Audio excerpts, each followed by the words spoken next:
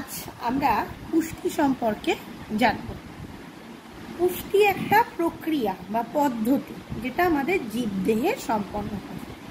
জীবদেহ বলতে উদ্ভিদ প্রাণী দুটো ক্ষেত্রেই কিন্তু বোঝানো হয়। মানে আমি বলতে চাইছি যে উদ্ভিদ দেহ কিন্তু পুষ্টি প্রক্রিয়া সম্পন্ন হয়।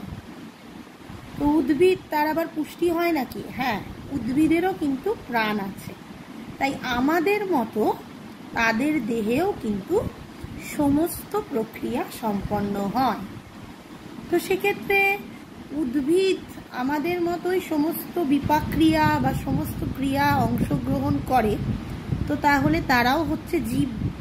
তাহলে জীবজগতে প্রাণী যেরকম আছে তার সঙ্গে উদ্ভিদও কিন্তু একইভাবে জীবজগতে স্থান পায়। এটা অনেকেই জানে, অনেকে জানে না, তাদের অবগতির জন্য বলা।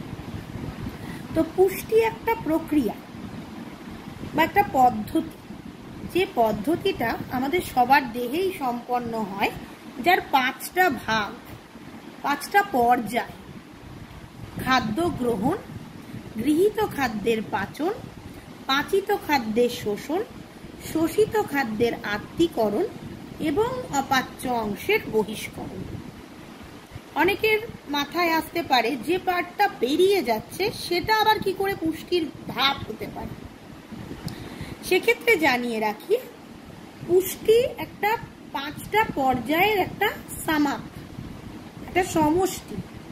আমি যে খাদ্যটা ইনটেক করলাম বা গ্রহণ করলাম, তার যে ইনডাইজেস্টেড পার্টটা, যেটা আমরা পাচিত করতে পারলাম না বা যেটা পাচিত হলো না, সেই পার্টটা যতক্ষণ না রিলিজড আউট হচ্ছে, বেরিয়ে যাচ্ছে, ততক্ষণ কিন্তু সেই পুষ্টি পদ্ধতিটা সম্পন্ন হয় না। তো সেক্ষেত্রে পুষ্টির 5টা ধাপ। আবারও বলছি, আমরা যেরকম খাদ্য গ্রহণ করি সেটা একটা ধাপ।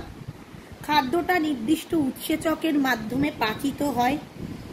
এক্ষেত্রে জেনে রাখা ভালো যে আমরা 3 রকমের খাদ্য খাই: শর্করা, প্রোটিন এবং ফ্যাট। মানে নির্দিষ্ট খাদ্যের জন্য নির্দিষ্ট উৎসেচক বর্তমান, সেই খাদ্যবস্তুর পাচন ঘটায়। সেই পাচিত খাদ্য আমাদের রক্ত এবং লসিকার মাধ্যমে শোষিত হয় ক্ষুদ্রান্তের ভিলাইয়ে, এবং সেটা আমাদের প্রোটোপ্লাজমে গিয়ে আত্তীকরণ হয়